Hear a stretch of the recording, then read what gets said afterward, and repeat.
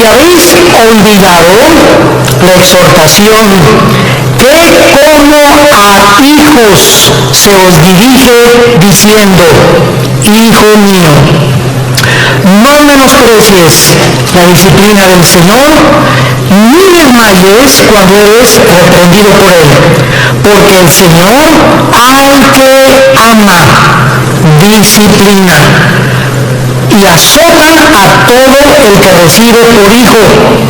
Si soportas la disciplina, Dios te trata como a hijos, porque ¿qué hijo es aquel a quien el Padre no disciplina?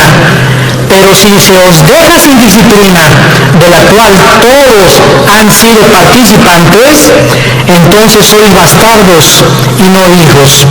Por otra parte, tuvimos a nuestros padres terrenales que nos disciplinaban y los venerábamos. ¿Por qué no obedeceremos mucho mejor al Padre de los Espíritus y viviremos? Y aquellos, ciertamente por pocos días, nos disciplinaban como a ellos les parecía. Pero para lo que nos es provechoso, para que participemos de su santidad. Es verdad que ninguna disciplina al presente parece ser causa de gozo, sino de tristeza, pero después da fruto apacible de justicia a los que en ella han sido ejercitados. Este es uno de los pasajes más ilustrativos de la Biblia, de la forma como Dios trata a todos nosotros, a todos los que nos llamamos cristianos por su gracia y su misericordia. Desgraciadamente, muchos cristianos creen equivocadamente que puedes seguir viviendo una vida cristiana de negligencia espiritual, sin preocuparte por discipularte, ni estudiar seriamente la Biblia, ni tener diario devocionales, ni tampoco una vida consistente de oración. Sin embargo, muchas de estas personas que tratan de vivir esta vida, estos cristianos, ignoran, por eso comienza diciendo que ya se les olvidó la exhortación que vas a ser disciplinado si no vives de acuerdo a la forma como Dios ha diseñado para que vivas. Pero vamos a ver en este estudio en qué consiste esta disciplina. ¿Cuáles son las bendiciones tan grandes, tan enormes, que los cristianos se están perdiendo por vivir esa clase de vida? Y podemos preguntarnos también, ¿estos cristianos tendrán consecuencias después de la muerte? Porque tendrán consecuencias en esta vida y hay consecuencias después de la muerte también. O sea, que todos vamos a llegar al cielo y todos vamos a ser recompensados de la misma manera. ¿Qué es lo que Dios usa como disciplina a los cristianos que le han querido abandonar? A los cristianos que le han dicho, Señor, en 3 meses nos vemos. Déjame irme de vacaciones y reventarme en las vacaciones, etcétera, etcétera, y después de la Navidad te vuelvo a ver, en enero tengo una cita contigo en la iglesia, Señor. El primer domingo comenzamos otra vez la vida cristiana. ¿Cuánto tiempo cree un cristiano, o cristiana desde luego, que puedes vivir sin que Dios haga algo para regresar otra vez a tener la comunión con Él? Vamos a ver todas estas respuestas en la Biblia y vamos a comenzar con la apostasía. La palabra apostasía, apistemi en el griego, significa salirse del camino, apartarse del camino o vulgarmente brincarse las trancas. O sea, la Biblia diseña a la iglesia como un corral donde Cristo es el pastor, nosotros las ovejas, y cuando una oveja se quiere saltar del corral, pues ¿qué pasa, verdad? Pues es que yo quiero encontrar otros pastos, engañada de que fuera del corral hay mejores pastos o mejor vida, lo cual es completamente mentira, porque fuera del corral están los lobos esperando comerse las ovejas. Dice el cuento que había una ovejita que le llamaban la rebelde de Tlalnepantla. Y esta ovejita se brincó una vez el corral y fue el pastor por ella y se la trajo cargando y se brincó 2 veces el corral y el pastor fue por ella. Y la tercera vez que esta ovejita de Tlalnepantla se brincó el corral, entonces el pastor fue y le rompió una pata a propósito y le dijo: prefiero que aquí en tu corral estés cojita y manchita a que te salgas y te vuelva a comer el lobo. Entonces muchas veces Dios tiene que recurrir, como lo vamos a ver, a disciplinas extremas, que son muy raras veces. Pero Dios prefiere 1000 veces, y Cristo lo dijo en Marcos con estas palabras: es mejor que entres al cielo cojo y ciego y manco a que entres entero y te vayas al infierno. Veamos pues entonces que dentro de la apostasía hay 2 clases de apóstatas, que es muy importante. La Biblia nos advierte claramente que mientras más nos acerquemos al final de la segunda venida de Jesucristo, aumentará la tendencia a abandonar los principios cristianos. La presión del mundo sobre la iglesia, sobre tu vida y sobre mi vida, ejercerá dentro de ti por no estar lo suficientemente blindados, por no tener las suficientes convicciones firmes en nuestro corazón de lo que creemos, que vamos a ser seducidos por el mundo. En Mateo 24:12 Cristo dijo: por haberse multiplicado la maldad, como en el siglo XXI hemos llegado al último grado de maldad. ¿Saben ustedes cuál es el último grado de maldad? Llamarle a lo bueno malo y a lo malo bueno. Y cuando llegamos al punto donde reconocemos y legislamos las naciones, o más bien legislan las naciones los matrimonios entre los hombres y entre las mujeres, es el síntoma más grande que existe de descomposición social. ¿Por qué? Porque la familia es el fundamento de la sociedad.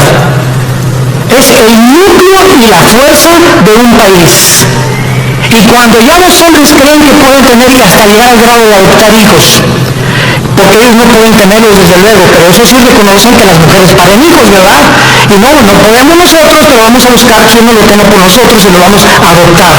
Entonces cuando llegamos a ese punto donde ya se está destruyendo psicológica, mental, emocional, sentimentalmente las vidas de los niños, que son los que dijo Cristo: el que haga tropezar a un niño, más le vale que se amarre una piedra aquí en el cuello de molino y se eche al río y se ahogue con la piedra, porque dejad que los niños se acerquen a mí, porque de ellos es el reino de los cielos.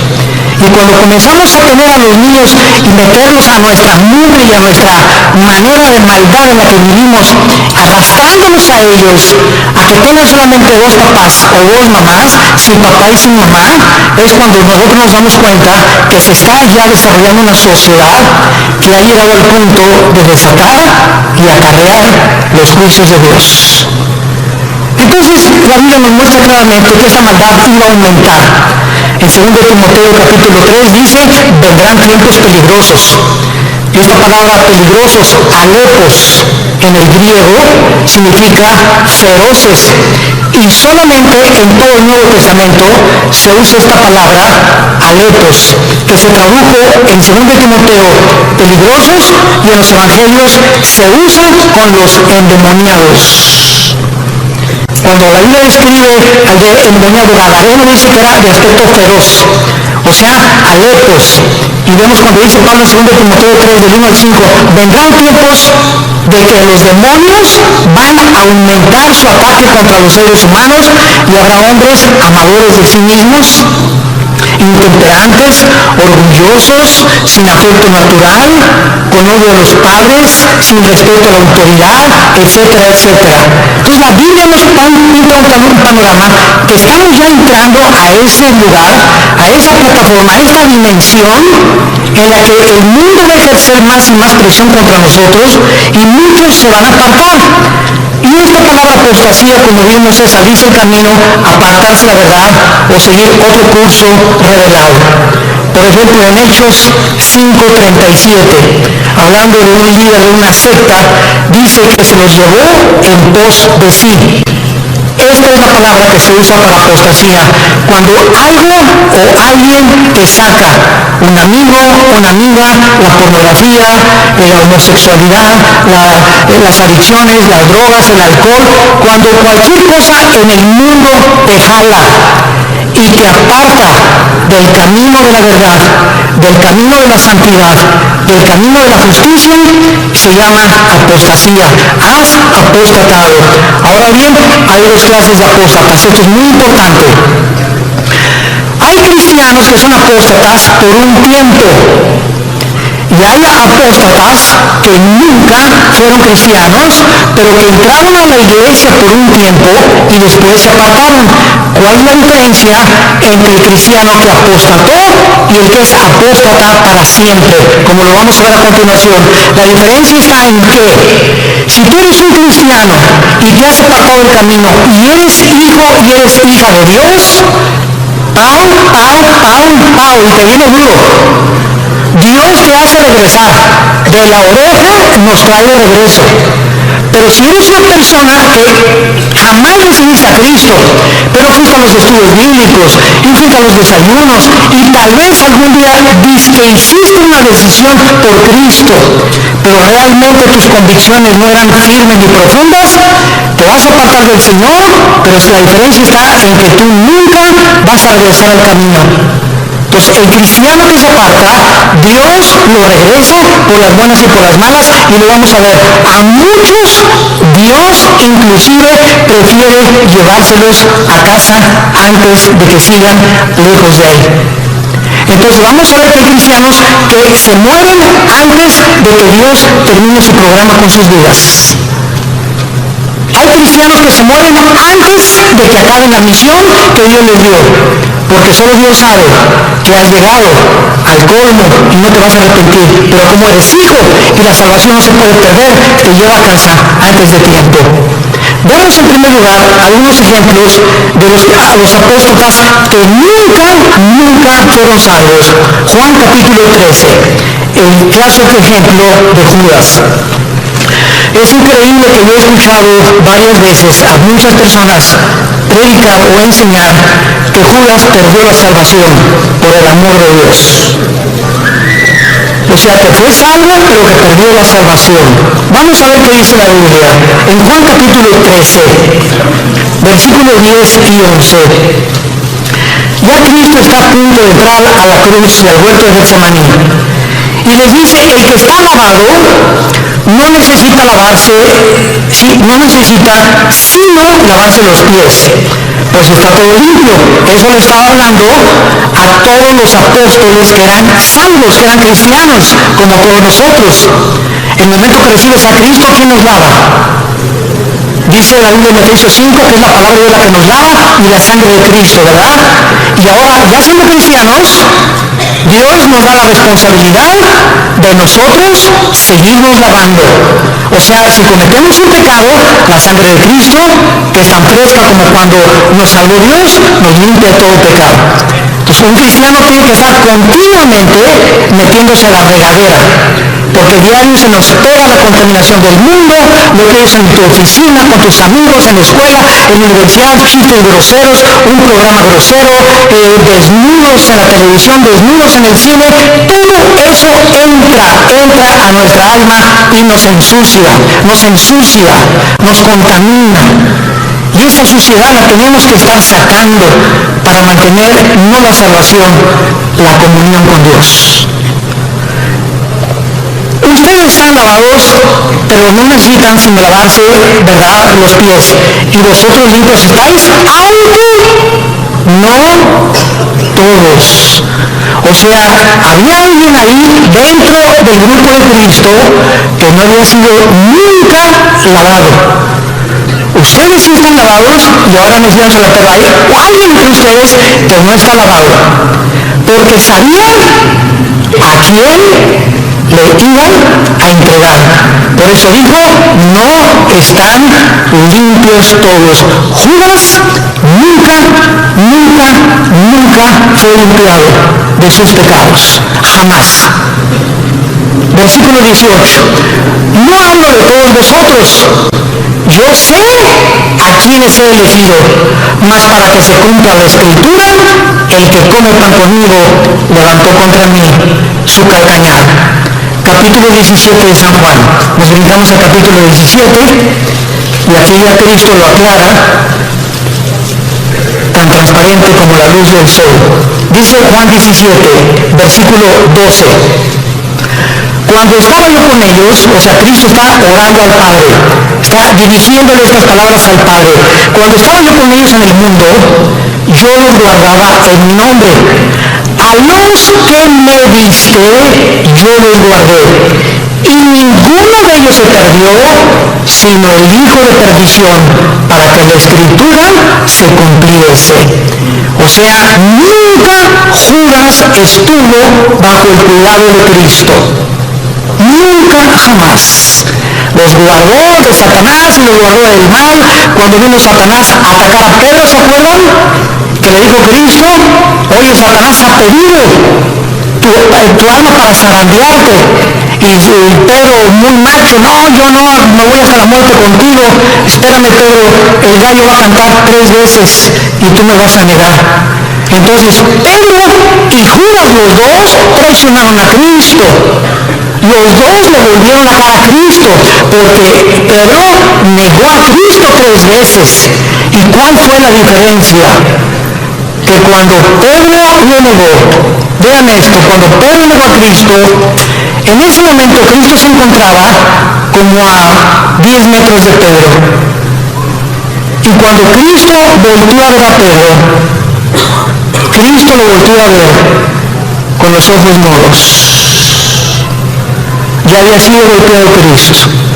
Imagínense ustedes a Pedro, en el momento que canta el gallo, volver a Cristo, y Cristo con sus ojos moros, adolorido por los golpes que los soldados ya le habían dado, lo ve a Pedro diciéndole: ya ves, pero sabes una cosa, te sigo amando. ¿Y cuál fue la diferencia con Judas? Judas entregó a Cristo por 30 monedas de plata, y sin embargo, cuando tuvo las monedas de plata, nunca creyó que Jesús era el Mesías, porque si hubiera creído, se hubiera arrepentido y le hubiera pedido perdón.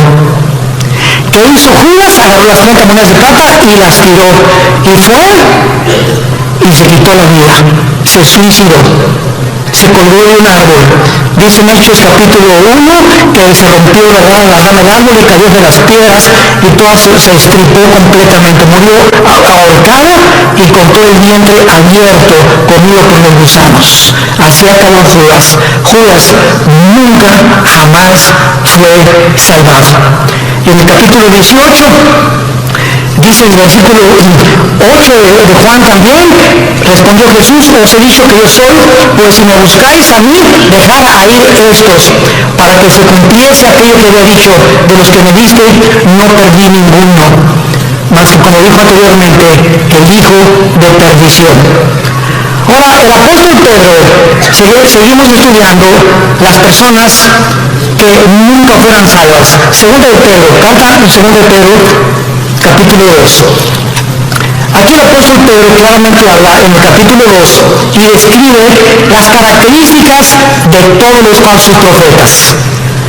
De todos esos que pueden predicar y pueden ser hasta pastores, pueden ser predicadores, ¿verdad? Inclusive que no tienen la salvación y que jamás fueron salvos.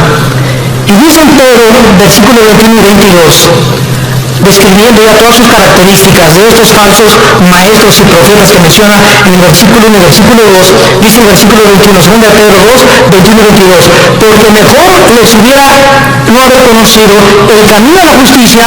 O sea, hay personas que conocían que Jesús era el Cristo, que Jesús murió por sus pecados por ellos, y conocían que Cristo era la verdad y que la Biblia era la verdad. Mejor les hubiera sido no haberlo conocido, que después de haberlo conocido, volverse atrás del santo mandamiento que les fue dado. Escuchen, pero les ha acontecido lo de la verdadera proverbio, el perro vuelve a su vómito y la puerca lavada a revolcarse en el lodo o en el cielo. Aquí Pedro, de una forma ya inequívoca, describe que todas estas personas nunca fueron salvas. ¿Cómo lo dice Pedro? ¿Qué hace un perro cuando vomita? Se vuelve a comer lo que salió, ¿verdad?, de su estómago. ¿Por qué lo hace? ¿Por qué lo hace? Pues porque es perro. Si no fuera gato, los gatos no lo hacen, los leones no lo hacen. Ahora, ¿por qué un puerco agarra su puerquito y lo lavas y le pones Chanel y le pones un moño y todo, y lo sacas del lodo y lo envuelves y lo que tú quieras, y está y huele a Chanel número 5? Y a los 5 minutos el puerco se revuelve en el lodo otra vez. ¿Por qué no duró nada bañado y champuceado y perfumado? Porque es puerco. Ahora, para que el perro ya no regrese a su vómito, ¿qué se necesita? Cambiar su naturaleza, dejar de ser perro. Para que el puerco no regrese al lodo, necesita ser otro tipo de naturaleza, tener la naturaleza de otro animal, porque los puercos, esa es su naturaleza, el lodo, y los perros el vómito. Aquí está hablando Pedro, que estas personas, su naturaleza nunca fue cambiada, porque si hubiera sido cambiada, no regresarían a hacer lo que hicieron antes de conocer a Cristo. ¿Me van siguiendo? Esta es la gran diferencia de las personas que nunca fueron salvas.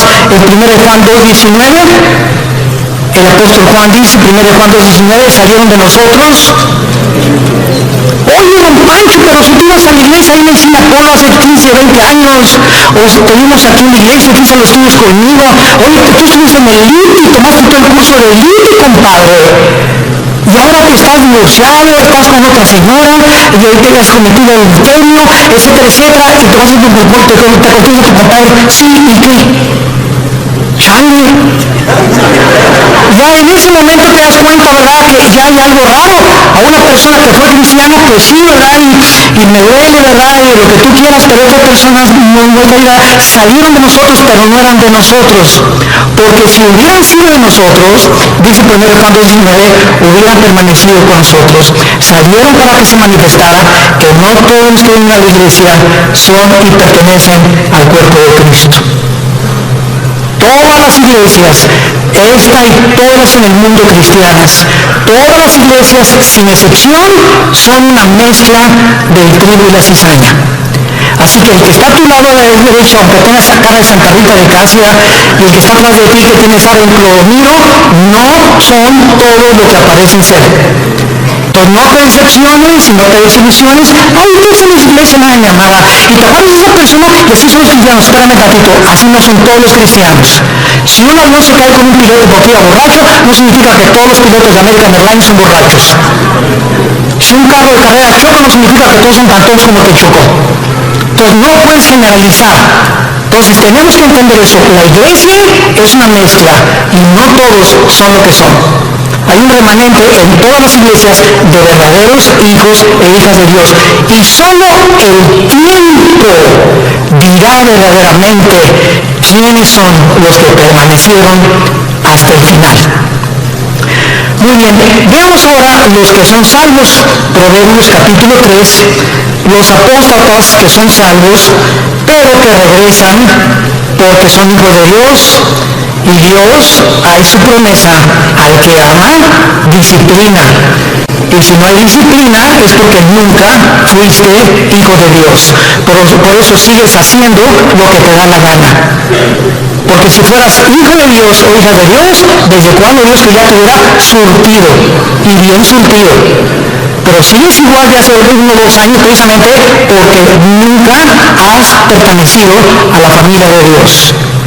Dice Proverbios 3, versículo 11 y 12, no menosprecies, hijo mío, le está hablando a sus hijos, el castigo de Jehová, ni te fatigues en corrección, porque Jehová al que ama castiga como al padre a quien quiere. Vamos a ver que en el Antiguo Testamento los castigos eran diferentes de los castigos del Nuevo Testamento. Y Dios trataba de una forma a los cristianos, porque no eran cristianos, ¿verdad? Cristiano significa lleno del Espíritu, a las personas que formaban parte del pacto abrámico y a los que no formaban parte del pacto abrámico davídico palestino. Entonces era muy diferente, lo vamos a ver más adelante. Veamos ahora en Lucas 15, ¿se acuerdan del hijo pródigo? Bueno, dice la Biblia, un padre tenía 2 hijos, todo el mundo conoce esta historia, de 11 en adelante. Y de repente uno de los hijos le dice, oye viejo, dame toda la herencia, échame mis centavitos que me pertenecen. En el antiguo oriente, un muchacho que hacía eso, quedaba desheredado. Porque era el peor pecado que pudiera hacer darle el dinero. No era hasta que el padre se moría que podía darle herencia. Pero este muchacho ya quería quemarse en la herencia. Y le dice al padre, dame mi herencia. Y el padre respeta su libre albedrío, respeta su decisión. Aquí está, hijo, tu herencia. Y el hijo se fue, como todos sabemos en la historia, y desperdició sus bienes y a las discos, en chavas, en por acá, en bailongos, etcétera, etcétera, que el cha-cha-cha, y que el twist, y que por acá. Y entonces se acabó el dinero y comenzó a buscar trabajo y no encontró trabajo, había ya deteriorado su salud y encontró trabajo alimentando puercos. Y entonces estando el hijo pródigo en la condición en la que se encontraba, alimentando puercos, de repente algo pasó en su vida. ¡Pum! Algo lo hizo despertar y ver la realidad de lo que él había hecho. Y no en todos, a muchos Dios los deja, pero como era hijo, tuvo que despertar la realidad. Y entonces dijo, ¿cuántos hombres en la casa de mi padre que no son sus hijos? Yo era su hijo. Los obreros de mi padre tienen cama, tienen comida, buena comida, y yo que soy hijo estoy alimentando puercos. Esto haré. Ahí está la conciencia que no todos tienen. ¿Por qué la tuvo él? Porque era hijo. Esto haré, regresaré e iré con mi padre y le pediré perdón. Y le diré, padre, no vengo a nada, vengo a que me hagas hasta atrás y no quiero ni siquiera tener los privilegios que tienen tus hijos. Hazme como un obrero como todos los demás. Y el padre no estaba con un bate de béisbol esperándolo, ni con un garrote. El padre se retrata en la Biblia, en este pasaje, que siempre todos los días, con sus brazos abiertos, mirando el horizonte, siempre esperando y sabiendo que como era su hijo, tenía que regresar algún día. Y Dios sabe que nosotros, cuando nos alejamos de él, siempre nos está esperando a que regresemos. Que le pidamos perdón, porque nos ama, está enamorado de nosotros. Dios está enamorado de nosotros. No te imaginas cuánto te ama Dios. Que dio a su hijo lo dio por ti y por mí, para que tú y yo jamás nos alejemos de él. Y cuando nos alejamos, él prefiere 1000 veces dejarte cojo, manco, hacer algo para que regreses, porque eres su hijo. Y nunca nadie nos podrá separar de él. Nadie, porque somos sus hijos. Y el padre gritó, traigan el mejor becerro y vamos a hacer una fiesta, y traigan un anillo y pónganselo en el dedo, y traigan las mejores ropas, que significa la justicia de Cristo. Y entonces, ¿por qué el hijo regresó? Porque nunca perdió su calidad de hijo, nunca. Y este es un ejemplo clásico de una persona que es hijo, se aleja de Dios, pero regresa a Dios, porque somos hijos, tenemos que regresar tarde o temprano, nos convence Dios para regresar con él. Y si no nos regresamos, y si lo que nos hace Dios para regresarnos no nos sirve, nos prefiere llevar a casa, antes de que el camino sea blasfemado por tu culpa o por mi culpa. Veamos otro ejemplo en 1 Corintios 5, vamos al Nuevo Testamento. 1 Corintios 5. Aquí está un caso tremendo de un muchacho que pues no era como nosotros, ¿verdad? Nosotros tenemos la Biblia completa. La iglesia de Corinto era la iglesia más carnal, de todas las iglesias del Nuevo Testamento, pero eso sí, tenían todos los dones, pero eran carnales. Dice 1 Corintios 5, de cierto se oye, dice Pablo escribiéndoles, que hay entre ustedes fornicación. O sea, me han llegado noticias de que en la iglesia hay inmoralidad. Y tal inmoralidad o tal fornicación, cual ni aún se nombra entre los gentiles, o sea, ni las personas del mundo, tanto que alguno tiene la mujer de su padre. O sea, había un miembro en la iglesia de Corinto que estaba teniendo relaciones con su madrastra, con la mujer de su papá. Y dice Pablo, y ustedes, les habla a los líderes, están envanecidos. ¿No deberían más bien haberse lamentado para que fuera quitado de en medio de vosotros el que cometió tal acción? O sea, Pablo dice, oigan, ¿por qué no han reaccionado? Ustedes están conscientes que este muchacho está teniendo relaciones con su madrastra y lo dejan seguir asistiendo a la iglesia. Y toman ganas de correr, pues traerlo para enfrente, ¿verdad? Y enfrentarlo con su situación. Ahora tenemos la Biblia y nos damos cuenta que los líderes, cuando sabemos que hay un pecado, la iglesia es un hospital y te vamos a ayudar.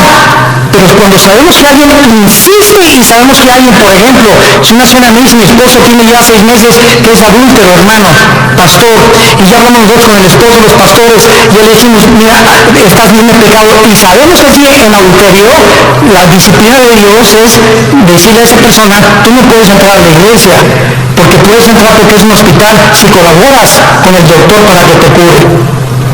Pero ¿qué te sirve al hospital? A que te pongan benditas y que te pongan curitas y saliendo del hospital te las arrancas y te las quitas.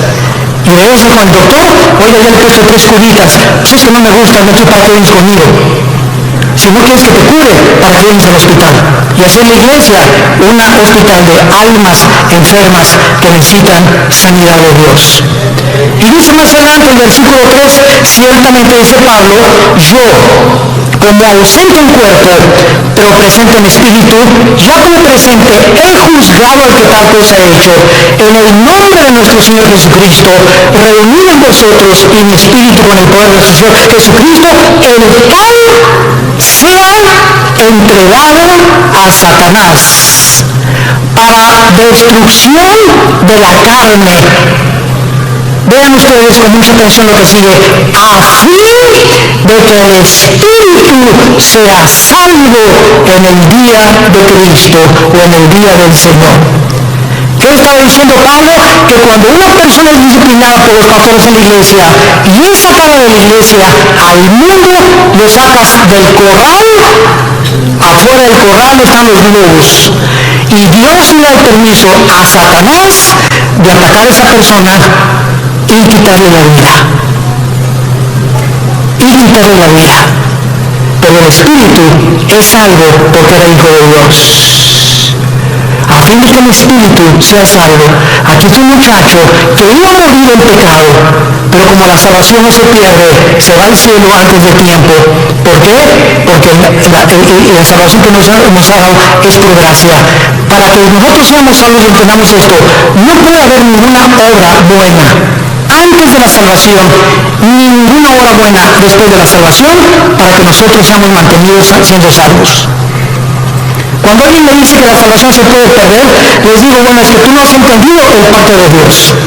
Antes de Cristo, ¿cómo fuiste salvado? ¿Qué hiciste para ser salvado? Nada, no hice nada. ¿Y Dios te salvó? Bueno, ya eres salvo. Y ahora me dices que ahora me tengo que hacer buenas obras para mantener mi salvación. No, de ninguna manera. Si hay alguna sola obra que tú hagas para decir que esas obras te están manteniendo en el camino de la salvación, entonces ya estás atrayendo mérito sobre tu vida y le robas la gloria a Dios.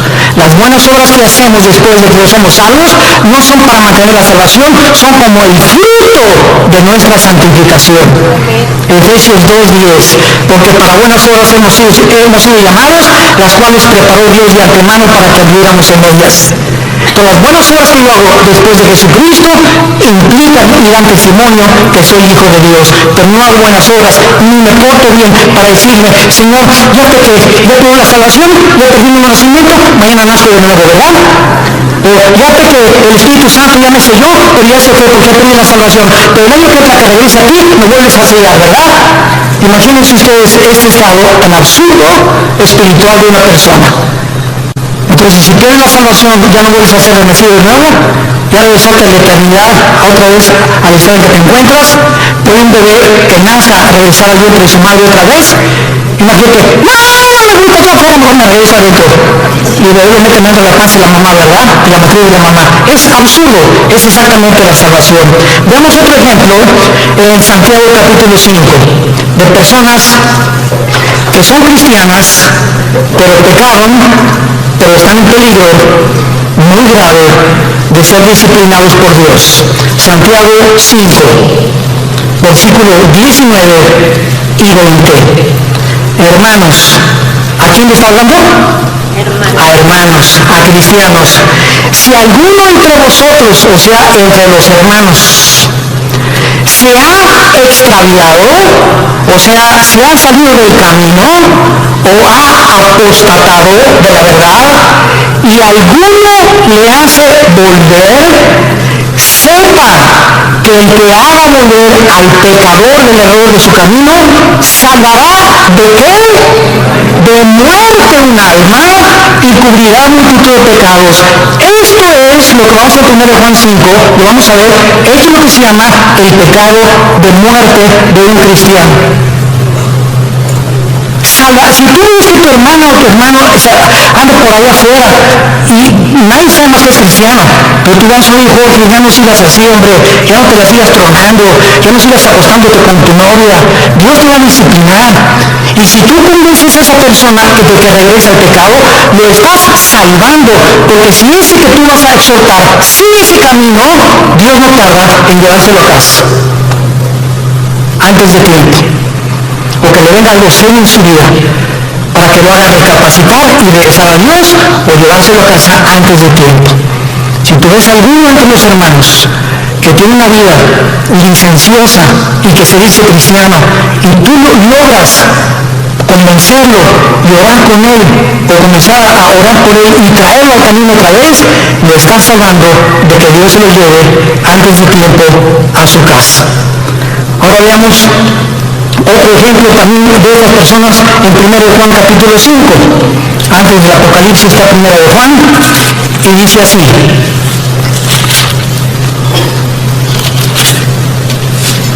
1 Juan capítulo 5, versículo 16.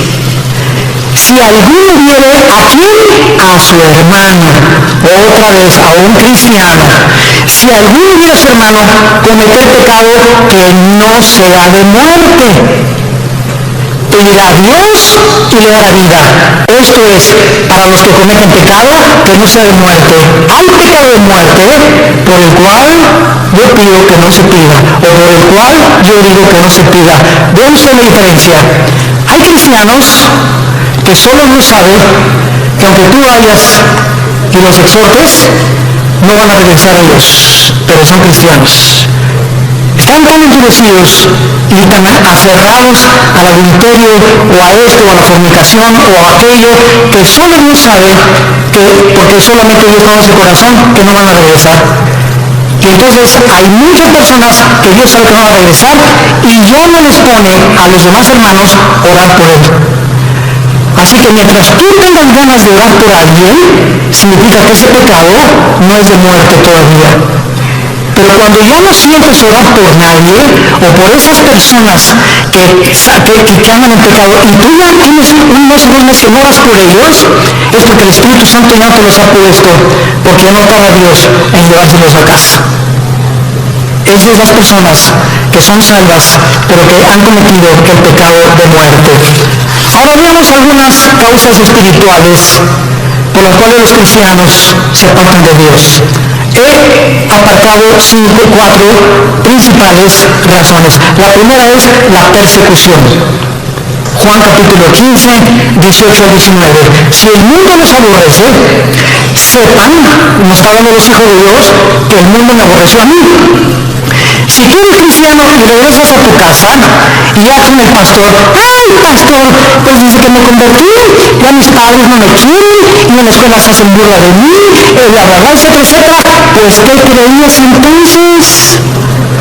Dios nos llamó no solamente a creer en Él, sino a padecer por Él también. Ahora, ¿no quieres que te persigan? ¿No quieres ser diferente a los demás? ¿No quieres que nadie te calumnie ni que nadie haga chisme contra tu vida? No hay ningún problema. Únete al grupo de ellos y no seas diferente. Pero si eres diferente, te van a perseguir y te van a calumniar y van a inventar cosas contra nosotros, porque el mundo odia a Cristo y nos odia a nosotros, que somos sus representantes. Y esta persecución hace la que mucha gente, no, pues yo prefiero mejor no. Y contestas, ¿es cierto que tú eres cristiano y que andas con los aleluyos? No, mira, bueno, soy cristiano pero no soy exagerado, no estoy así de un extremo. Estoy conociendo a Cristo y comienzas a poner pretextos y a avergonzarte y decirles, sí, ¿y qué? ¿Te gustó? No les gustó, qué bueno, me da mucho gusto. Me da tristeza como ustedes viven. He encontrado a mi Salvador. ¿Por qué nos salimos a avergonzar de aquel que en la cruz dio su vida desnudo por nosotros? Él nos avergonzó por nosotros. Y tú te avergüenzas de él porque tu familia te persigue, porque eres diferente a tu familia. Entonces, esta persecución hace que muchos se alejen del Señor. Número 2, la negligencia de la palabra de Dios. Hebreos capítulo 2. Ya la Biblia no la lees desde hace 2-3 semanas. Ya la lees allá nomás el domingo. Ya no tienes un devocional diario con el Señor. Y dice Hebreos 2. Por tanto, es necesario que con más diligencia atendamos las cosas que hemos oído. No sea que nos deslicemos. Porque si la palabra dicha por medio de los ángeles fue firme y toda transgresión y desobediencia recibió justa retribución, ¿cómo escaparemos nosotros si descuidamos una salvación tan grande, la cual, habiendo sido anunciada primeramente por el Señor, no fue confirmada por los que lo oyeron? Esta frase, ¿cómo escaparemos nosotros si descuidamos la salvación? Muchos la han atribuido a que sí se pierde la salvación. Nos está hablando Dios, ¿cómo escaparemos de su disciplina? Lee también Hebreos 12. Al que ama Dios disciplina, y si no hay disciplina no eres hijo, eres bastardo. Entonces, ¿cómo escaparemos? ¿Cómo crees que te vas a escapar de Dios habiendo sido cristiano ya? Si tú descuidas tu vida devocional con Dios. Número 3, la amargura. Hebreos 12:15. La amargura es otra causa de alejarse de Dios. Mirad bien, Hebreos 12:15, que ninguno de ustedes deje de alcanzar la gracia de Dios. ¡Qué tremendo! Dejar de alcanzar la gracia de Dios. ¿Cómo? Que brotando alguna raíz de amargura te estorbe y por ella contamines a muchos. Esto está tremendo, Hermano en Cristo, hermana en Cristo, tú y yo no podemos darnos el lujo de odiar a nadie. Hayan hecho lo que nos hayan hecho. No podemos darnos el lujo de tener rencor contra nadie. Hayan hecho lo que te hayan hecho, que te violaron, que te robaron, que te golpearon, que tus papás, lo que hayas atravesado en la vida, perdónalo.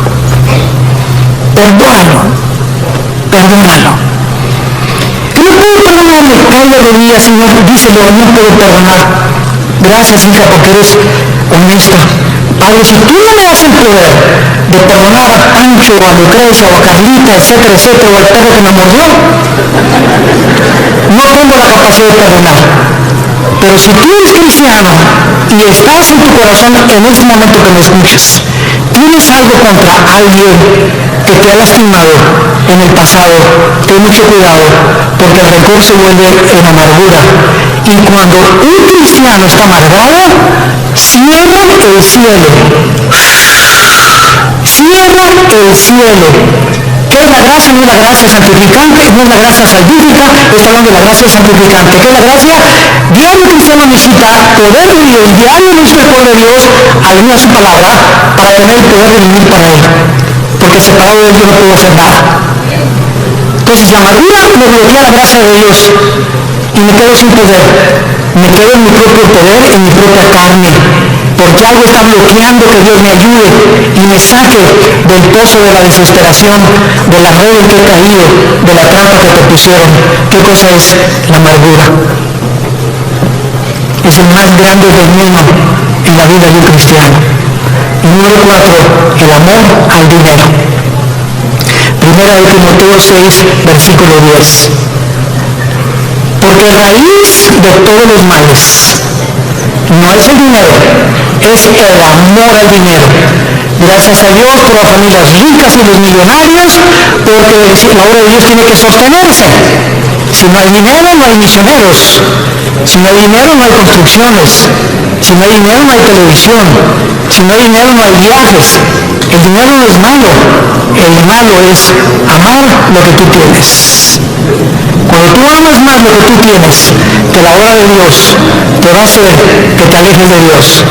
Dijo Cristo en Marcos, hablando de la parábola del sembrador, pero muchos, el afán del mundo y de las riquezas, entran y ahogan la palabra y nunca das fruto. Estas son las razones por las cuales tú puedes alejarte de Dios. Ahora veamos rápidamente en 2 Samuel 7 las consecuencias que sufrieron en el Antiguo Testamento los que eran y pertenecían al pueblo de Dios, o sea, los que tenían garantizado ya la salvación, de forma diferente a la de nosotros, porque no tenían el bautismo del Espíritu Santo de la forma que eran de Dios. 2 Samuel capítulo 7, veamos la disciplina de Salomón. La Biblia menciona 3 consecuencias principales del pecado en un cristiano. Número 1, la disciplina. 2, la muerte, que ya lo vimos. Y 3, la pérdida de recompensas en la otra vida. En otras palabras, si tú te mueres siendo cristiano en pecado, o en un pecado, porque pues quién se va a morir sin pecado, ¿verdad? El único sin pecado ha sido Jesucristo. Si yo me muero, estás ahí en el hospital y ya te da el síntoma y una enfermedad guapa y le haces, ¿qué tal la enfermedita? Ya le echaste ojitos, ¿verdad? Y ¡pum! Te mueres, te llevaste ese pensamiento al otro lado, ¿verdad? O sea, no moriste santito, sin haber roto un plato. O haz de cuenta que te vas a hacer el hospital ahorita pasando la carretera y chocas en la carretera y la manera que peleaste con tu esposa, te moriste en pecado, ¿no es cierto? Y vas a perder la salvación, no lo vamos a perder, pero en la otra vida perdemos las recompensas. Que no se imaginan qué grandes recompensas hay, porque no todos los cristianos en la otra vida vamos a gobernar con Cristo, solo los vencedores. Y lo vamos a ver más adelante, para terminar. En 2 Samuel 7, 14 y 15, se le está dando las instrucciones a David y le dice, yo le seré el padre y él me será mi hijo. Si hiciere mal, o sea, si se aparta de mí, le castigaré con vara de hombres y con azotes de hijos de hombres, pero mi misericordia no se apartará de él, como la aparté de Saúl, al cual quité delante de ti. ¿Cuál fue la diferencia entre la descendencia de David y el rey Saúl? ¿Cuál fue la diferencia entre Pedro y entre Judas? En que aunque nosotros nos portemos mal y aunque nosotros intentemos alejarnos de Dios, si somos hijos e hijas de Dios, su misericordia es más alta que los cielos. Y Dios va a hacer algo para que regreses y para que yo regrese a la comunión con Él.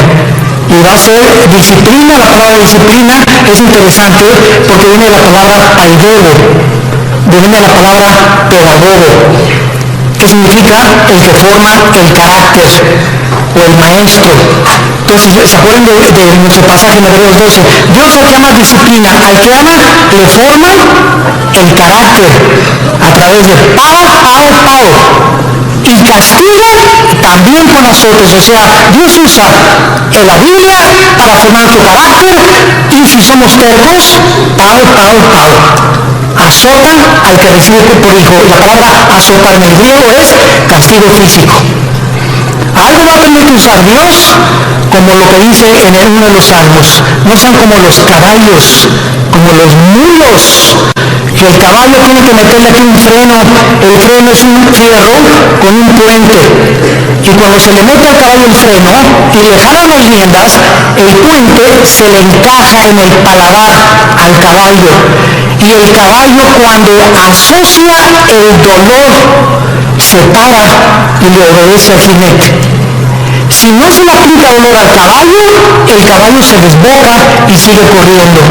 ¿Y qué nos dice Dios? Necesito aplicarte dolor para que regreses a mí. ¿Quieres que te trate como a los caballos? ¿Como a los animales? Tú dime. Pero ¿sabes una cosa? Nunca quitaré mis ojos de ti. Te haré entender, por las buenas y por las malas, el camino que debes andar. Sobre ti pondré mis ojos. Salmo 32. Y vemos finalmente en la vida de David en 2 de Samuel, capítulo 12. ¿Qué fue lo que pasó con Samuel? Cuando Samuel, ¿se acuerdan ustedes lo que hizo David? ¿Qué hizo David? ¿Perdón? Pecó. Mató a un soldado para quedarse con su esposa, el angelito. O sea, David era culpable de crimen y David era culpable de adulterio. Y se le llama, Dios mío santo, Jesús, María, José y bonito que los acompaña. Se le llama el varón conforme al corazón de Dios. ¿Cuántas veces en mi mente dieron tantas vueltas? Si el varón conforme a tu corazón, pasó mucho, dije yo. Dios mío santo, pues entonces yo soy el santo de los santos. Y entonces, cuando creces en Cristo, comienzas a entender lo siguiente, ¿verdad? Él fue culpable de crimen y de adulterio. Pero viene Cristo en Mateo 5 y dice lo siguiente: cualquiera de ustedes que ve a una mujer, no necesitas acostarte con ella. Si tú deseas en tus ojos y en tu corazón a una mujer acostarte con ella, aunque no lo hagas físicamente, tú eres ante los ojos de Dios adúltero. Ahora, nadie aquí puede decir que nunca ha visto a una mujer para desear estar con ella. No me digas porque ni San Jacobo lo pudo hacer. No seas mustio. Todos en alguna época de nuestra vida le hemos fallado a Dios. Y el que no le ha fallado a Dios, que levante la mano. Porque te llamaría el querubín de Tlalnepantla. Entonces, no juzgues a David, porque si nosotros hemos sido adúlteros alguna vez en nuestra vida y Dios nos perdonó, no creas que por no acostarte con ella eres exento del adulterio. ¿Y cuántos de nosotros Él lo acusó por un crimen? Dijo Cristo: cualquiera que odie a alguien es culpable de crimen. Porque no es el acto, sino el intento del corazón lo que Dios juzga. Entonces, cuando yo entendí eso, me di cuenta que yo soy más pecador que David. Porque muchas veces subía tantas personas y cuántas veces decía tantas mujeres y tú me has perdonado, Señor. ¿Qué diferencia hay entre mí y David? No hay ninguna diferencia. Has tenido misericordia con todos. Y ahora todos nosotros somos varones y mujeres conforme al corazón de Dios, porque somos sus hijos. Y nos amó hasta la muerte en una cruz. Y dice en 2 Samuel capítulo 13, versículos 13 y 14. Para terminar, dice la Biblia: porque a dónde iría yo con mi deshonra, y aún tú serías estimado como uno de los perversos de Israel. Te ruego que hables al rey, que él me lo negará. Mas él no quiso ir, sino que pidiendo más, que ella lo forzó y se acostó con ella. Luego la aborreció a Amón con un gran aborrecimiento.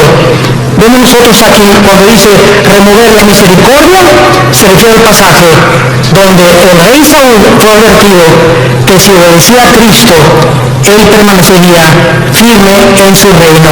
Pero en cuanto le desobedeciera, perdería la misericordia de Dios, porque nunca fue hijo de Dios. Santos de Dios, tenemos nosotros ahora delante de nuestras vidas un panorama tremendo. Vale la pena permanecer en Cristo.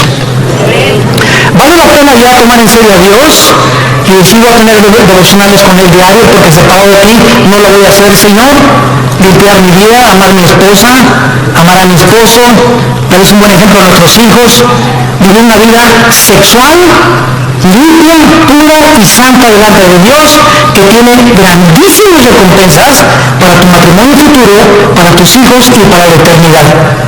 Y acabamos con Apocalipsis capítulo 20, donde comprobamos las recompensas finales de que no todos los cristianos, aunque dicen, aunque de panzazo me voy al cielo, con 6 de calificación, con eso me conformo. No te conformes con el 6. Dice Apocalipsis 24. Y vi tronos, y se sentaron los que recibieron facultad de juzgar. Y vi las almas de los decapitados por causa del testimonio de Jesucristo y por la palabra de Dios, los que no habían adorado a la bestia ni a su imagen, y que no recibieron la marca en sus frentes ni en sus manos, y vivieron y reinaron con Cristo 1000 años. Vi tronos y se sentaron solamente algunos, o sea, los que recibieron el derecho, la facultad, el honor de sentarse en un trono. Sentarte en un trono en la Biblia es gobernar. Y Cristo dijo en Apocalipsis 2, el que venciera al final se sentará, como yo me senté con el Padre en el trono, tú te sentarás conmigo a gobernar también.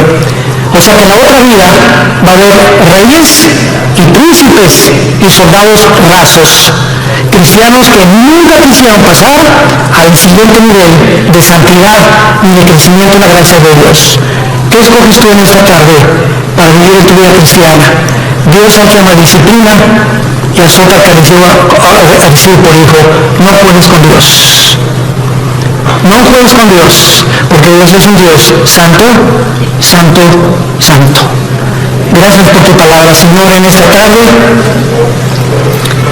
por el amor tan eterno e infinito que has derramado en nuestras vidas por ti, al mostrarnos que la vida de tu Hijo fue el precio que pagaste para que nunca dudáramos de cuánto nos amas, porque eres un Dios bueno. Cuán grande es la bondad de Dios que Él ha guardado para los que le aman y guardan sus mandamientos. Confié en el Señor y Él me ayudó y me libró de mis angustias y me puso sobre la roca y de la vergüenza de mis enemigos y de la vergüenza y el oprobio de mis perseguidores. Diré yo a Jehová, esperanza mía, castillo mío, mi Dios, en quien confiaré. Castillo mío, mi roca. Torre fuerte es el nombre de Jehová. A él correrá el justo y seremos levantados. Dios en esta tarde te está hablando, tú que has alejado tu camino de Él. Ustedes que nos ven por la televisión y por los medios de las redes sociales, si tú has escuchado este mensaje y sabes que Dios te está diciendo, regresa mi hijo mío, regresa hija mía, te estoy esperando desde hace muchos meses o años, y si estás oyendo mi voz es porque eres mi hijo y porque eres mi hija, y tus lágrimas que yo veo me dan evidencia de tu arrepentimiento. Ven a mí, te estoy esperando, no para castigarte ya, sino para vestirte con mi justicia, para que celebremos juntos la fiesta otra vez, para devolverte el gozo de la salvación y para que sigas caminando en mi mano y jamás te apartes de mí, porque ciertamente el bien y la misericordia te seguirán todos los días de tu vida y algún día estarás conmigo en casa, dándome las gracias de todo lo que hice por ti y del amor eterno con que te he amado. Ven a mí, arrepiéntete de tus pecados y entrégale tu vida a Jesucristo. Y dile, Señor, perdóname de haberme alejado de ti. Regreso a ti con todo mi corazón y con todas las fuerzas de mi alma. Gracias por haberme hablado esta mañana y haberme dicho que no puedo vivir así ya. Que el pecado paga del pecado es la muerte, y que el que esconde sus pecados no prosperará, mas el que los confiese y se aparta alcanzará misericordia. Gracias porque en esta mañana he alcanzado tu misericordia, en el nombre de Jesús.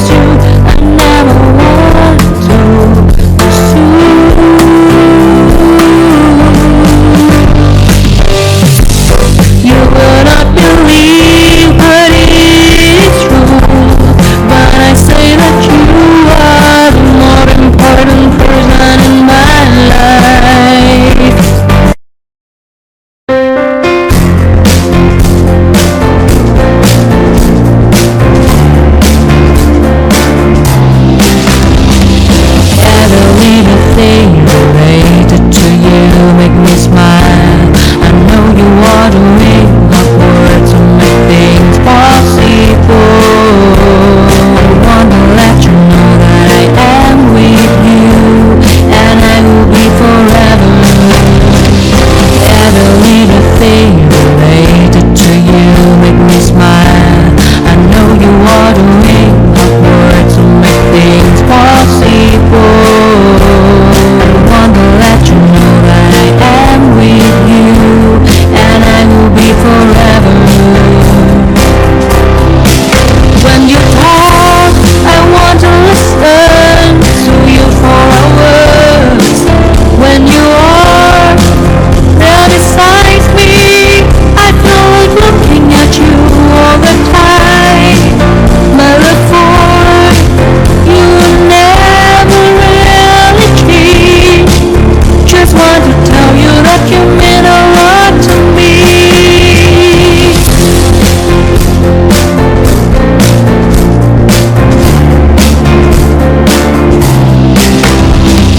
Every little thing related to you make me smile.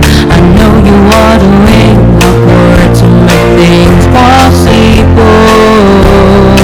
Want to let you know that I am with you, and I will be forever. Every little thing related to you.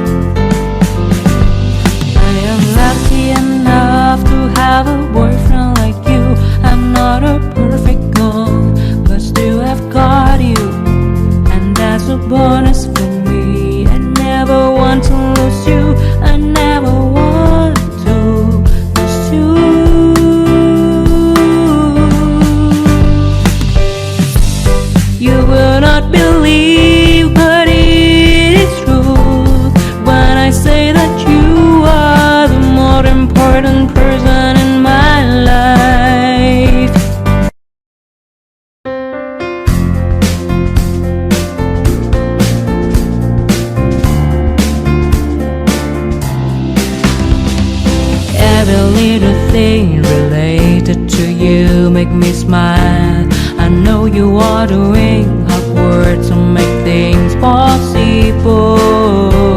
I want to let you know that I am with you, and I will be forever.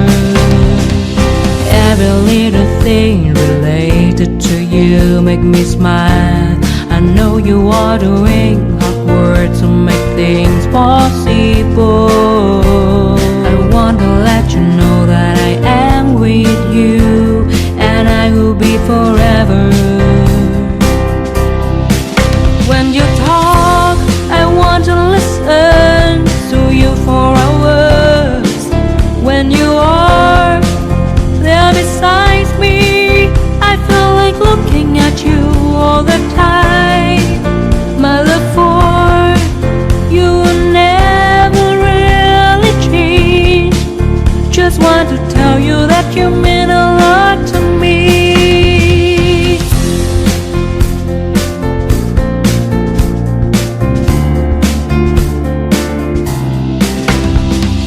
Every little thing related to you make me smile. I know you are doing hard work to make things possible.